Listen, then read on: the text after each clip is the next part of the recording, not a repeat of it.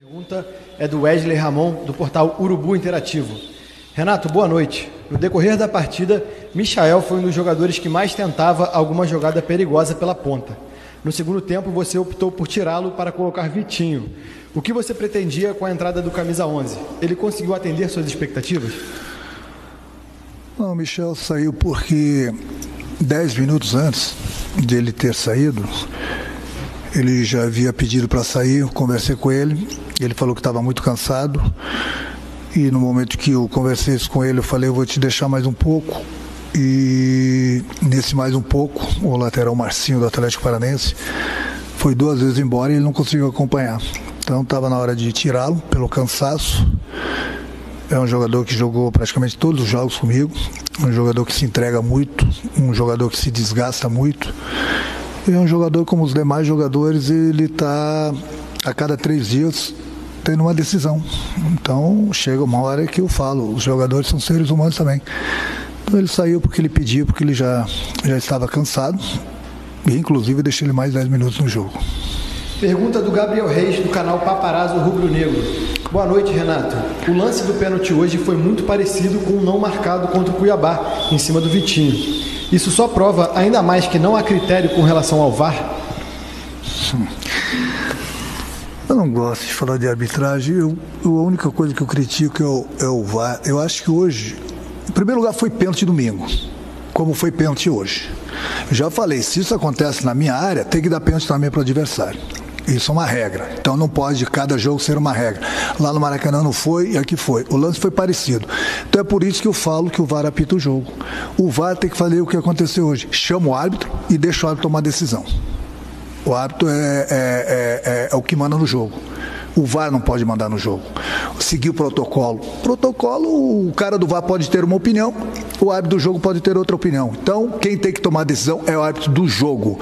Se ele vai dar pênalti ou não, é outra história. O VAR tem que chamar o árbitro. O lance duvidoso ele chama. Ele não tem que decidir e falar para o árbitro, não foi pênalti. Ele não é ele que tem que decidir. Quem tem que decidir é o árbitro do jogo. Então, o VAR fez o trabalho dele hoje. Chamou o árbitro foi lá, o Luiz Flávio foi lá e decidiu que foi pênalti. E, aliás, foi pênalti legítimo.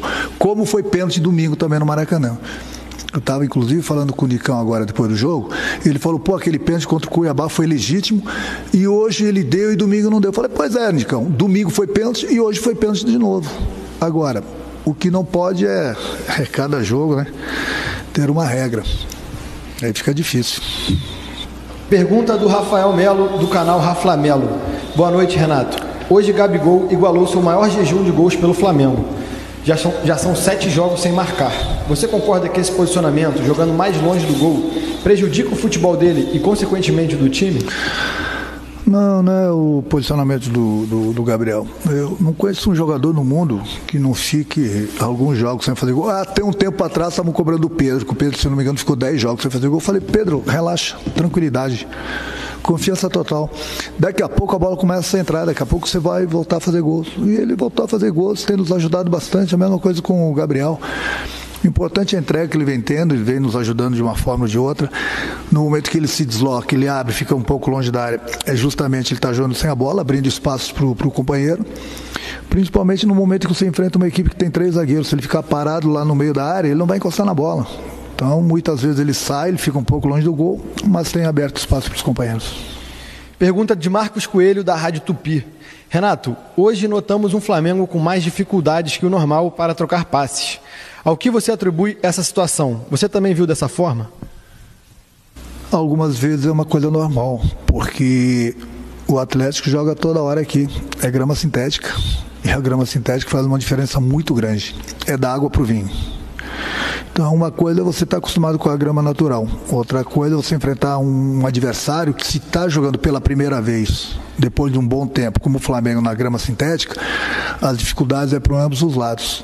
No momento que você enfrenta uma equipe que está acostumada com o campo, é lógico, a bola fica muito viva na grama sintética. E essa grama ela é bem diferente da grama do Palmeiras, é bem diferente da grama do Corinthians.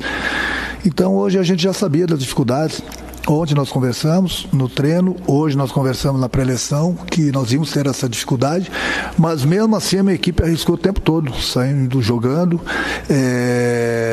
conseguimos muitas vezes quebrar a primeira linha deles, Mas agora fica difícil toda hora, porque eles estão acostumados com o campo e a grama sintética dificulta bastante, você perde muito tempo, a bola fica muito viva. Então essa, sem dúvida alguma, foi a nossa maior dificuldade hoje. Pergunta de Cristiane Mussi, da ESPN. O primeiro gol desorganizou o time. O que ficou de lição? E por que você ficou de costas para a cobrança do Pedro? Algum tipo de superstição? Tem um telão no estádio, eu fico olhando pro telão, já que na hora do pênalti ali, tem muitos jogadores na minha frente, tanto meus jogadores como os jogadores do adversário. E no telão eu enxerguei muito mais. Então jamais vou ficar de costas para um jogador meu bater o pênalti. Eu tinha uma visão espetacular do telão, por isso que fiquei olhando pelo telão, porque justamente ali, aquela quantidade de jogadores na minha frente, eu não ia conseguir observar direito. Pergunta de Sidão Marinho, do Litoral News. Renato, o Flamengo teve muita dificuldade para mostrar o seu futebol hoje. Qual a lição que você leva para o jogo de volta? Acredita que será um jogo mais tranquilo? Olha, eu respeito a opinião de todo mundo. A minha equipe fez um bom jogo hoje. Apesar das dificuldades que nós encontramos com o campo, não é fácil jogar aqui dentro. Não é fácil, o gramado prejudica bastante, a equipe é visitante porque não está acostumada. O Atlético criou bastante dificuldades pra gente e a minha equipe jogou. Se você for ver aí as oportunidades de gols que a minha equipe criou, é muito mais do que a do Atlético. Então, eu volto a repetir, eu respeito a opinião de todo mundo, mas na minha opinião, já falei pro meu grupo, eles fizeram um bom jogo, nós competimos, não é nada fácil jogar aqui dentro e jogar nesse campo. Então eu tenho que parabenizar a minha equipe, porque nós temos vivíssimos aqui, nós temos mais 90 minutos agora no Maracanã, na nossa casa, com a nossa torcida. Temos mais 90 minutos, é uma partida de 180, os primeiros 90 nós jogamos na casa do adversário, com essa dificuldade no campo sintético. Agora eles vão nos visitar no Maracanã. Não é nada fácil também lá não, é mais um jogo difícil, mas lá a gente vai ter a nossa torcida. Última pergunta da coletiva de imprensa é do Gustavo Henrique, da rádio Onda Mix. Renato, com tão poucas finalizações e falta de criatividade, está provado que o Arrascaeta é insubstituível? O Arrascaeta é um jogador acima da média. Bruno Henrique também. São jogadores que estão acostumados, estão entrosados com os demais companheiros. A gente tem improvisado, entre aspas, digamos assim, um jogador ali no lugar do Arrascaeta, que as qualidades são diferentes. Então é uma coisa normal. No momento que você perde o Arrascaeta, é um jogador muito inteligente, um jogador que constrói bastante pra gente, dificulta bastante pro adversário. Não que o André não esteja jogando bem, mas ele está jogando fora de posição. Muitas vezes eu coloquei, como hoje, o Everton ali por dentro também. O próprio Vitinho, já coloquei algumas vezes aí, mas o Arrascaeta é o Arrascaeta. Então é difícil você encontrar um outro jogador que nem ele, com as características, que conhece bem a posição. Mas todos os jogadores que tenho colocado aí, o Vitinho, o Everton, o próprio André, eles vêm nos ajudando de uma forma ou de outra. E daqui a pouco a gente tem uma Arrascaeta de volta também.